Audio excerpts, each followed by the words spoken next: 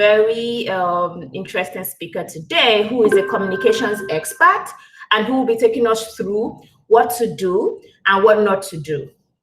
So first, I'll be telling you about what we're going to be talking about today. I'll be introducing our speaker. I'll be giving you a lowdown of the types of communications, and I'll be telling you the one we're going to be focusing on. And also our guest speaker will be teaching you how to communicate effectively. So just like a lot of you know, my name is Tomi. I'm also referred to as Anulua, and I'm an MBA alum of the Fisher College of Business, The Ohio State University. I started Titanal Consulting more than a year ago because I needed to bridge the gap between the expectations of international students coming for their grad school program to the US and also the realities, like helping them navigate their way and also helping them ensure they achieve all of their goals. I'm very excited and I'm honored to be able to speak with all you intelligent and bright minds today. And I hope you guys get to gain something from today's webinar. So like I explained, we actually have like career services and also admission services.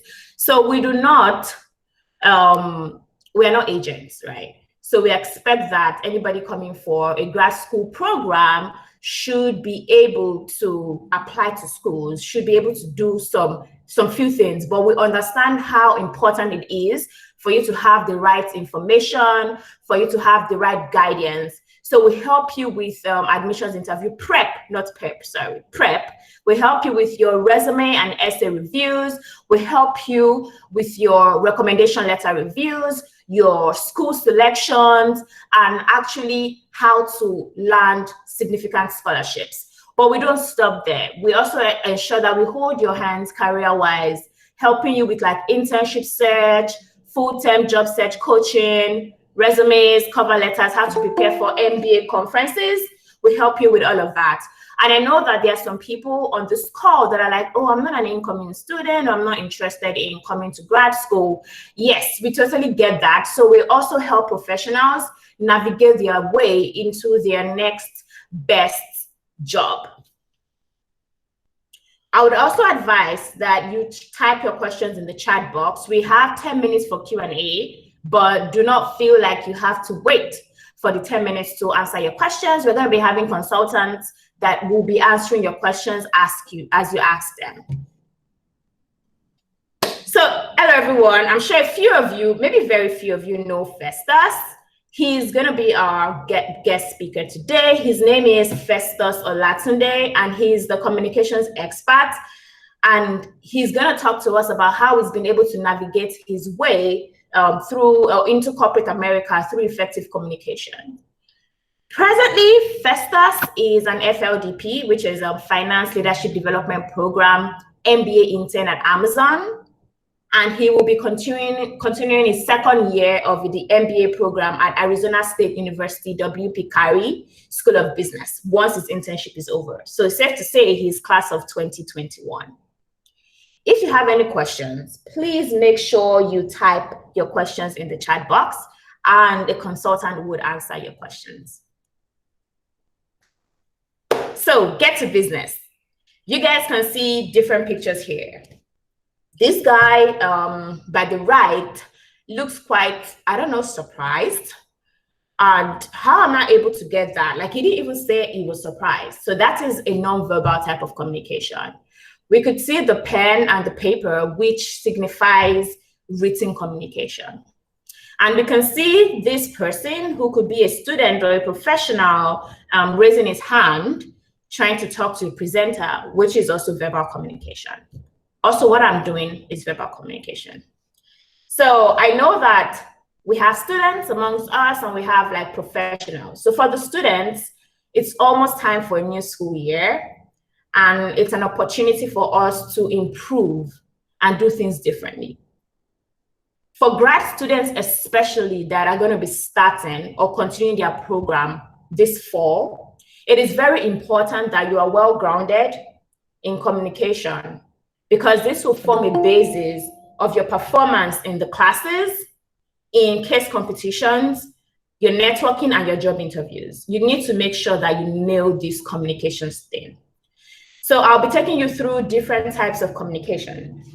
And according to Drexel, I got this information from Drexel University's blog post on communication.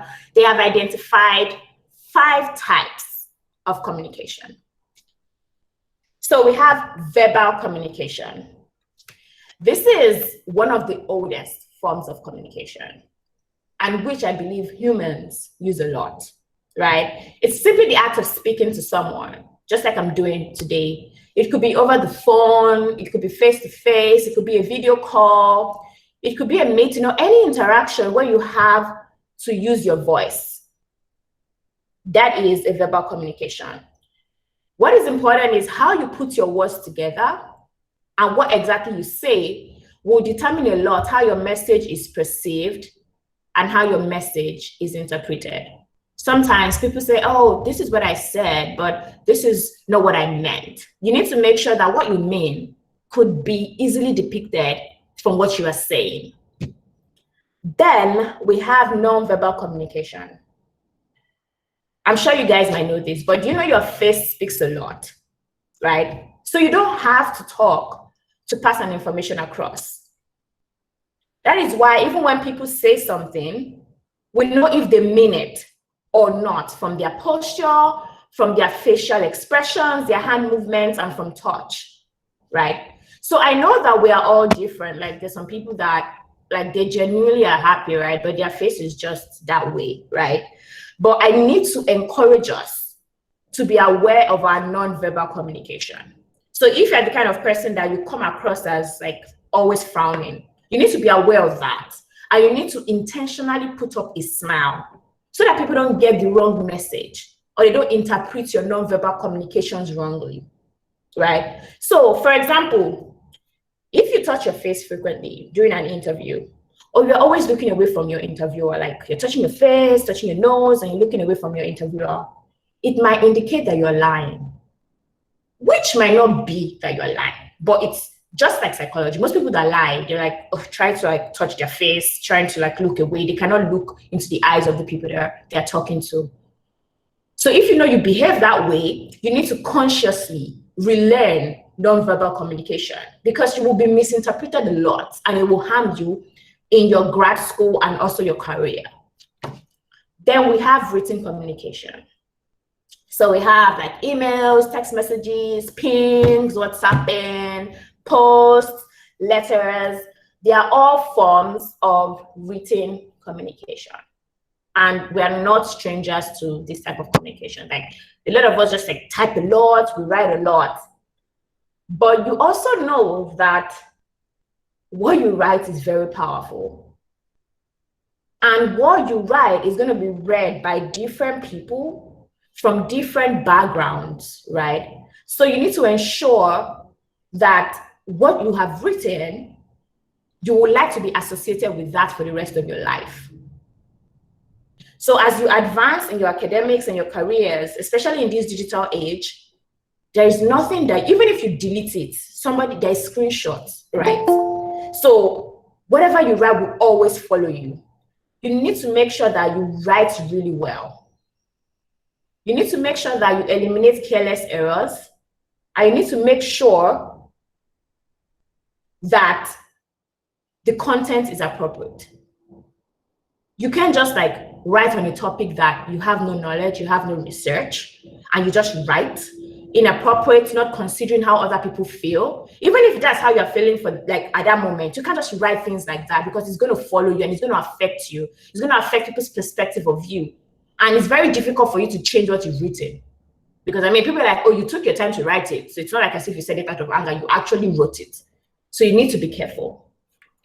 Then we have this, the fourth type of communication is listening. People are like, listening is not supposed to be a type of communication. Listening is listening. Actually, there is no way you can communicate effectively without listening. You need to actively listen, because you need that to actually advance in your career, in your job search, in your academics. If you do not listen actively, you are going to be communicating wrongly. So for example, how do you excel at an interview when you didn't listen actively to what an interviewer said? A lot of times people always answer the wrong question and they set themselves up for failure. In the beginning, your interviewer said, oh, I have worked 5 years for FedEx. That's what the person said in the beginning. And the reason why I love to work for FedEx is it gives me opportunities to be innovative. Then the interviewer asks you to ask questions. They're like, oh, how long have you worked for FedEx? Like, first of all, that is a ding. That means you didn't even listen. That means everything the person said, you didn't hear. How do you form a basis of a conversation if you're not even willing to listen to the other party? So it's very important for you to listen, actively listen, not just listen like you're watching a movie, actively listen to understand. It's very, very important. Then we have like visual communications, like videos, pictures, images. Our pictures speak volumes. So make sure that you're posting the right content on your social media sites, on LinkedIn, and make sure you do not associate yourself with something that you would regret in the future. Do not make a post that you are going to regret in the future because it's going to be bad and sad at the same time. So there are different types of communication. And if we're going to go through everything step by step and how to effectively communicate with these types, we probably will not leave here today. So for this webinar, we will be focusing on verbal communication. So how do you communicate in a situation? How do you speak in class? How do you convince that person that you have the skills that you claim to have? How do you string your words together? How do you match your tone and energy to the situation? How do you get people to listen to you and hear you out? Festus will be taking us on how we can knock this verbal communication thing out of the park. So over to you, Festus. Thank you, Tommy. Thank you, everyone, for joining the webinar today. So Tommy has mentioned something very important, and I wanted to reiterate that. That is the fact that whatever it is that you write or whatever it is that you say should be something that you want to be associated with for the rest of your life. So your piece of communication should be a representative of you that you'd want to be associated with. I think that is very critical base, and I just wanted to reiterate that. Well, for my session today, I'll be doing two things essentially. One is I'm going to give a super easy framework to follow when you are when you find yourself in a situation where you need to speak, where you need to present, in a professional setting, you want to give your thoughts. I'll give a super easy framework that would help you do that. Secondly, I would be giving you tips to deliver your content. So first, let's talk about this framework. So this framework is super easy, super easy to remember, super easy to follow, and it's super effective. Has any one of us heard about the framework of tell them what you want to tell them, and tell them what you told them? All right, so it's not one sentence, it's actually 3 action points. Number one is you want to tell them what you want to tell them. Number 2 is you actually do tell them. Then number 3 is you then tell them what you told them. I'll go over this super quick just to give a little bit more context to it. For your verbal communication, you want to be sure that you are relentlessly clear. It should be an objective for you that whatever it is that you're saying, it's properly understood and in the right context in which you actually wanted to say it. So the first thing you want to do is tell them what you want to tell them. So this would be like a table of contents. This is what we are going to be going through today. This is how it is going to go. So tell them what you want to tell them is about giving upfront a table of contents. So this is what we are going to be doing. This is what we are going to try to achieve. Then you go ahead and tell them. That is the second step. So you then go into your presentation. This is it. This is it. This is my story. This is my recommendation. Then the last step is that you actually want to go over it again to say, oh, this was what I told you, right? So you want to say, oh, from the beginning of this presentation, we said we were going to do this, and we have actually gone through this. These were the things that we discussed. These were things that we talked about. This is to help people stay on point. We all know how difficult it is to pay attention these days with attention spans, cutting short. Researchers say that we can pretty much go as far as 13 seconds. That's a tough one for a presenter to kind of keep attention. Well, the second part of this presentation is about the tips for presenting whatever content that you want to deliver. So Tommy has touched on a few, and I'm just going to quickly reiterate those and also give additional tips. Number one, she mentioned how important it is to listen. You don't want to go into a situation where you have to speak, where you have to represent yourself and speak out of context, or not have sufficient content to talk about, right? So the first thing you want to do is to listen very effectively. This could also be if you are going to grad school, maybe you are presenting a case, you are discussing a case, you also want to read to understand what it is that is the content. So for example, if you have a case, you want to, before you go into the class, you want to read up on your cases, you want to do your additional research to really understand what the case is about, because you can expect that you are going to be speaking on the case. So like I mentioned at the beginning, you want to make sure that whatever it is that you say represents you appropriately. It has to be something that for the rest of your life you want to be associated with. The second tip is understand the flow of the conversation. You don't want to be that person that goes into a conversation and just brings something that just stops the flow of the conversation, or you don't want to be that person that brings an odd content, an odd context, or an odd piece of information into the conversation. So what I would say in this scenario is you have to be very sensitive, following from the first tip, which is for you to listen, understand the flow of the conversation.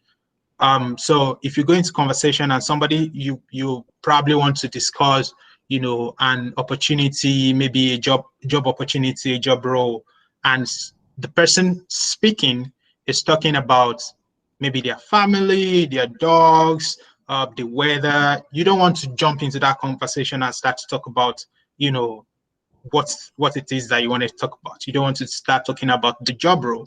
So what you want to do is continue that line of conversation and wait for your opportunity to kind of say, oh, this was, what I wanted to talk about, then bring that into it.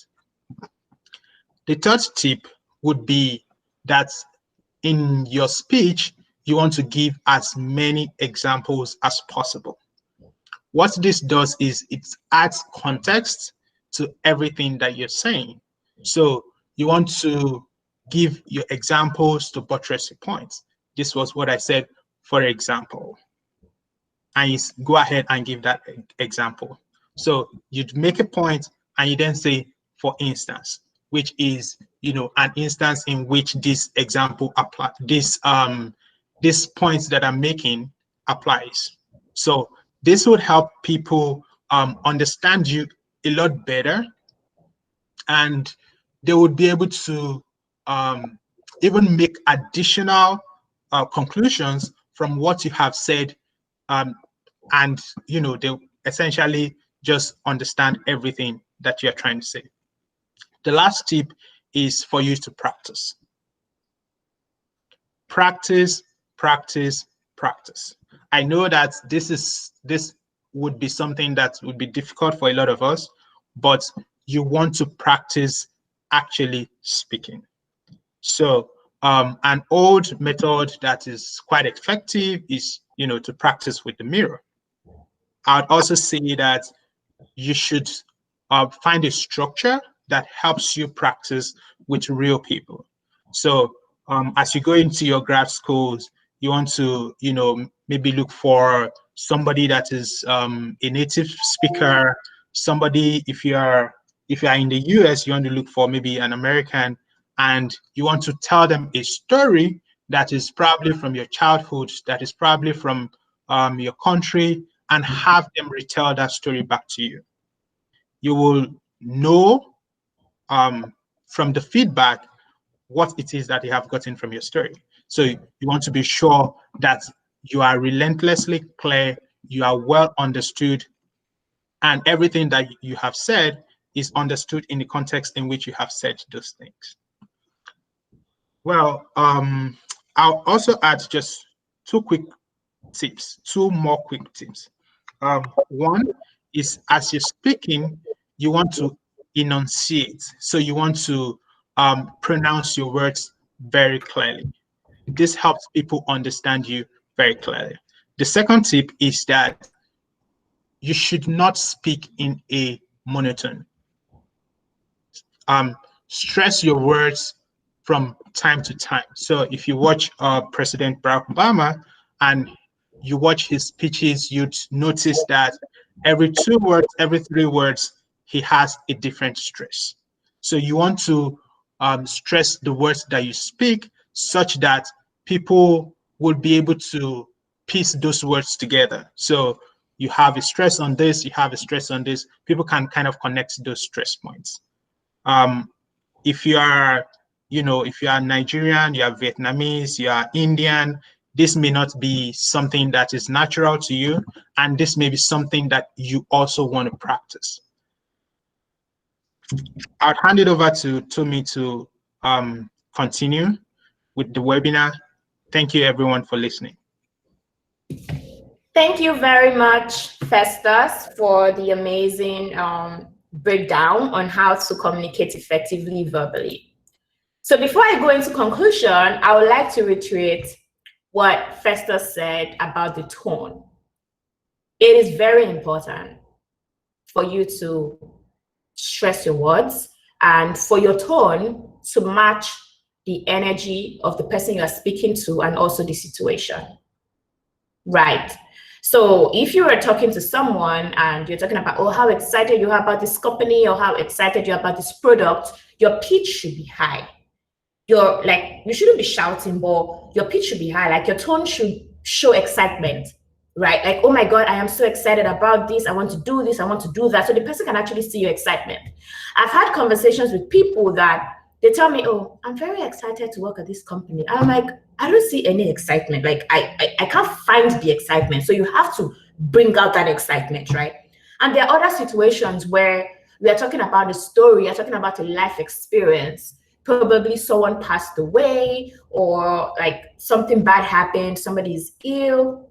You reduce your tone when you're talking about it. It kind of makes you like you're showing empathy, you're showing regard for the situation. So you don't just go with a high tone and just like, you can't just talk like in a monotone. It has to be high, low, moderate, fast, slow, and stuff like that. You need to make sure that you practice it, right? And you have to practice. We cannot overemphasize the importance of practicing. You need to practice. For every interaction that you're having with people, you need to practice. I know a lot of you will be like, oh my God, that person can present so well. That person is a natural. There is nobody that is a natural presenter. All of the President Obama and the CEOs that when they speak, you're like, oh my God, like how can this person speak this way? They spend time, hours practicing those speeches. They actually practice it so much till it's part of them. And you guys might be like, this is just like a presentation. Like, this is just me talking, right? It's not like an interview. Why do I have to practice it? You need to be able to practice how you put your words together. You need to be able to practice your facial expression. You need to be able to practice your hand movements. You need to be able to practice how you smile. You need to be able to practice how not to touch your face. You need to be able to practice all of those things. You need to be able to practice how to stop your words, how to have a gap, how to stress your words, how to increase your pitch, how to lower your pitch. You need to be able to practice how to get people to enjoy what you are saying. And it's not something that is going to like turn on in your brain. It's something that you have to do over a period of time. So you might be a student, you might be a professional seeking to advance her career or his career, but it's very important for you to practice. Very, very important. And if you would like Tatana to help you to practice one-on-one, you can send us an email. Our consultant will put that in the chat box. We will help you practice. And if you also need help with other forms of communication, your written communication, your nonverbal communication, we would also help you. We will hold your hand to ensure that you are successful in that. Because honestly, like, it's not something that you can just get in one day. It's something that takes practice. It's something that takes coaching. It's something that takes a while. Then our second point is slow down and give people a chance to talk. I know that we are all very excited, right? Like, oh, we want to talk about this. Like some of you, like you already practiced, oh, you're going to meet this recruiter, you're going to meet this person. Or some people, it's not even just a recruiter, like, oh, I'm meeting the CEO of somewhere. Oh my God, I must talk. It's very good for you to talk, but you need to slow down and give people a chance to talk. You don't want at the end of a conversation that you didn't even get to know the person. You didn't even get to understand the person's point of view. You were just the only one talking, like just talking and talking and talking. So yes, you might have practiced very well. You might have practiced your monotone, practice your speech, practice your facial expression, practice everything. But you didn't practice how to interact with the person. You need to allow the person talk. You need to take phrases, words from what the person has said, and also talk about those things. That's the only way you are inclusive. That's the only way you are drawing the person to you. If you just come and just start talking at the person, people are not going to want to have conversations with you, because it's more like you just want to talk. So if that's just what you want to do, maybe you should start like a channel or like a podcast. So you just be talking to people that people won't talk back, right? But if you want to effectively communicate with people, get their point of view and get them to understand you and value your input, you need to slow down and let people also talk. Because there's sometimes that, oh, you already have this idea in your mind and you just want to spill it out. Hearing what somebody has to say will influence what you say or what you don't say. Please, let's try to slow down and give people a chance to talk. Always resist the urge to cut people short. Because you're like, oh, somebody is saying something, then like you want to talk. Like, always resist the urge to cut people short. It's very rude when you cut people short. But sometimes it's impulsive. Well, like, what this person is saying doesn't make sense. Like, I want to chip in. Always reduce the urge. How that can help you, what you can do is, you say, oh, please, can I say something? So the person's like, oh, I want to say something. They're like, oh, okay, after 5 seconds, I can give you a chance. So that way, like, you're letting the person talk, you're also getting to talk. But cutting the person short is rude, and it doesn't show that you're interested in hearing what the person has to say. It just shows that you're just interested in speaking. Then you need to understand points of views before commenting. I know Festus has said this, but like, you need to understand points of views before commenting. You can't just comment on something that you have no idea what it's about. Resist the urge to just comment. Resist the urge to just say something. Do your research. There are available documents everywhere. There are things that can make you more informed. For some of us, you only get one chance to make the right communication. Just one chance. Just one. So you don't want to be the person meeting with that important person in your career, important person in your academics, and you're talking about something that is totally wrong. And the bad thing is, you're talking about it like it is so right. People are going to form an impression of you that will follow you for the rest of your career, except something drastically changes. So please understand points of views before commenting. Take your time to study. Take your time to read. And yes, there are a lot of misinformation out there. That's what will help you. You would know, like, okay, these people have, like, this is authentic, this is not authentic. Resist the urge to spread fake news. Resist the urge to comment on things that you have no idea about. Instead, you can make it like a question that, oh, I have heard about this thing happening. What are your thoughts? What are your views? What are the things that you guys are learning, or the things that you guys are researching to actually educate yourself in this particular way?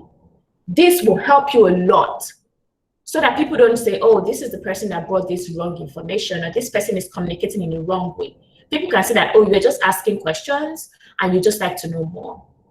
Then finally, which I said before, practice, practice, practice.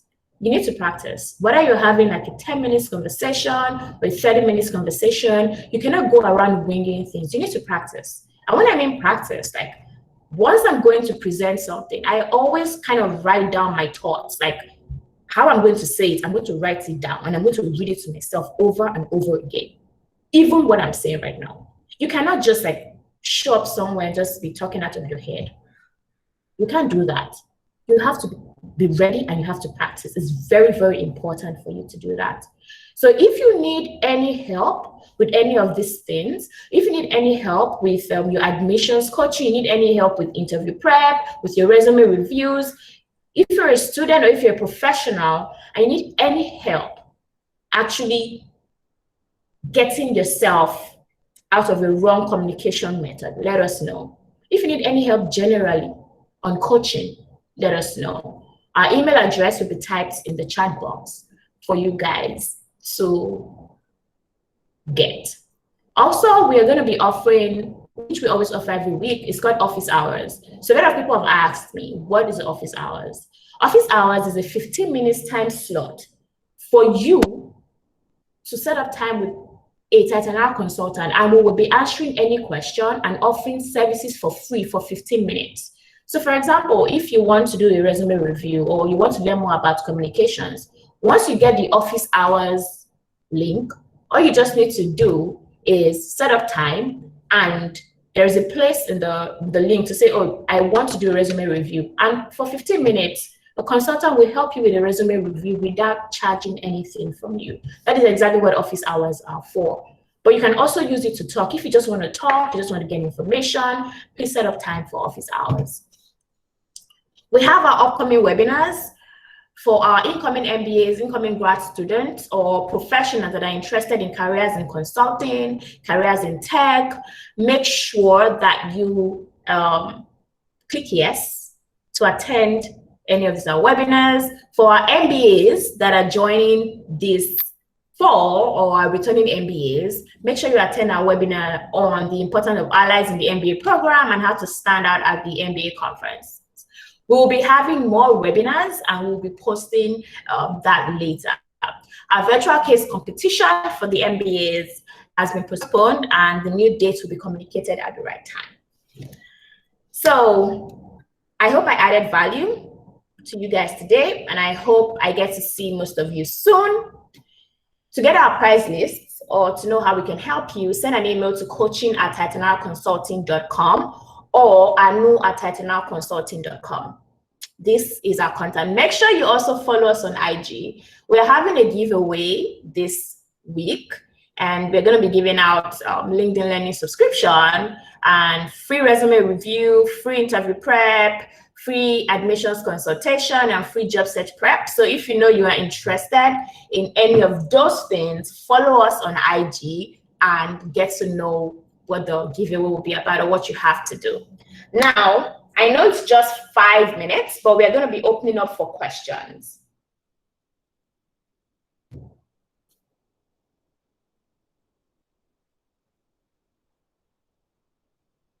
Okay, so here.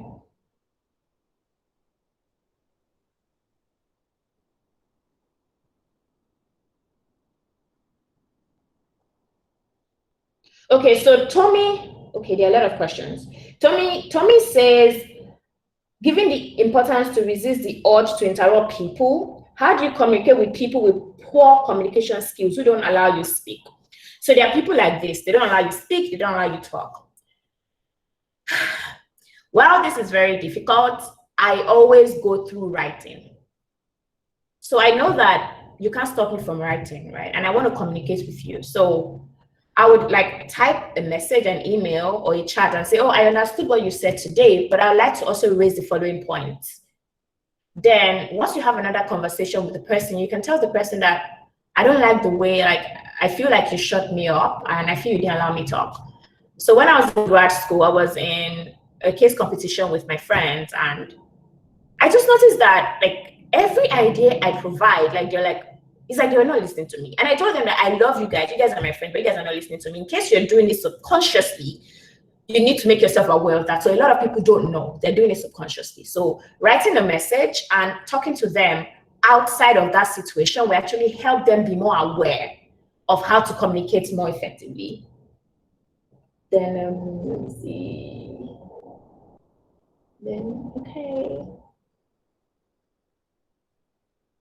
Ifeoluwa says, what advice would you give to someone who has low tolerance to negative criticism and is not able to control their facial expressions while being criticized in a conversation? The advice is the person needs to practice. So a lot of us have like very short, how do I call it? Like short fuse. And when somebody's talking to you, you're like, why is this person saying this? The truth is, are you going to go around beating everybody and slapping everybody in your transaction? Like, you can't do that. At some point, you have to be a professional. And you need to know that people will criticize you, whether you're doing the right thing or not. And you need to have a positive outlook towards criticism. Just maintain that smile. Even if you're pissed, do not say anything. Maintain that smile. Okay, thank you. I'll look into it. Thank you. You don't really want to like have an outburst because somebody said something. Because at the end of the day, you're going to be the person to blame because you had an unnecessary outburst. So as people, as professionals, people that we want to be leaders in the future, make sure that we are receptive to feedback. People will say things about you that are good, that are bad, that are horrible. But out of everything they've said, even for the bad things, you'll be able to pick out one thing that you can do to be better. Make sure you are focusing on the positives, focusing on how these bad comments can actually help you be better. Instead of fighting to, I've done all my best while people just say bad things about me. You might have done all your best, but somebody didn't just pick a bad thing from like heaven, right? The person must have seen something that probably he or she has blown it out of proportion, yes, but there is still that one thing that you could do to be better.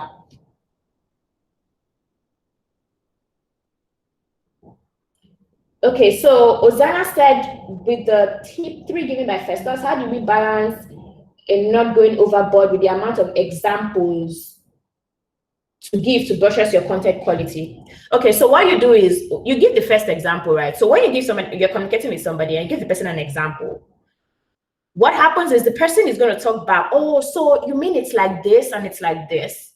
Then from the person's explanation, you're able to get if the person actually understands what you're saying or does not understand what you're saying.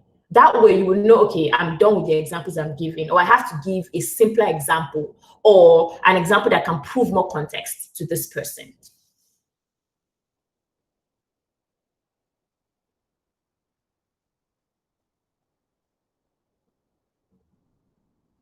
Okay. Okay. So how do you convince someone who is in the middle of lashing out at you for, say, a misunderstood fact? How do you take control of the situation and control the misunderstanding? Say the person is a recruiter. Okay, first, it is inappropriate. Question is by Ruth. It is inappropriate for a recruiter to lash out at you. Very, very inappropriate. Like you should not lash out at a candidate, right? And even if a recruiter now comes to lash out at you, okay, like to me, I feel like you have done your best. Like that person is already not professional, and like just don't say anything. Don't say anything that will implicate you. Don't say anything that will make people misread or misinterpret the situation, right? But assuming the person is not a recruiter, right? The person is just like me, anybody, and the person is lashing out at you. Don't say anything. Silence is golden, right? And for some people, like when you speak, they're very touchy and they feel like you're attacking them. For those kind of people, I just always write my information. I write it down and I send it to you. At least there's no way you can cut me short in the middle of me writing. Then much later, when the person is calm, you let the person know that it's not appropriate to do this and do that. You talk in a calm manner.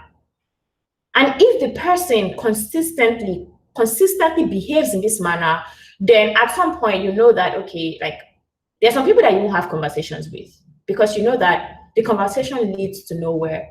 But there are some people that are not informed about how to have conversations. And when you tell them, they are making changes. You should be able to draw the line with somebody that is not informed and somebody that is just not willing to change, right?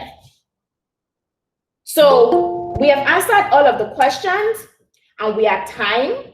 If you have any more questions, email us. You can go to our website to see what we do and follow us on IG.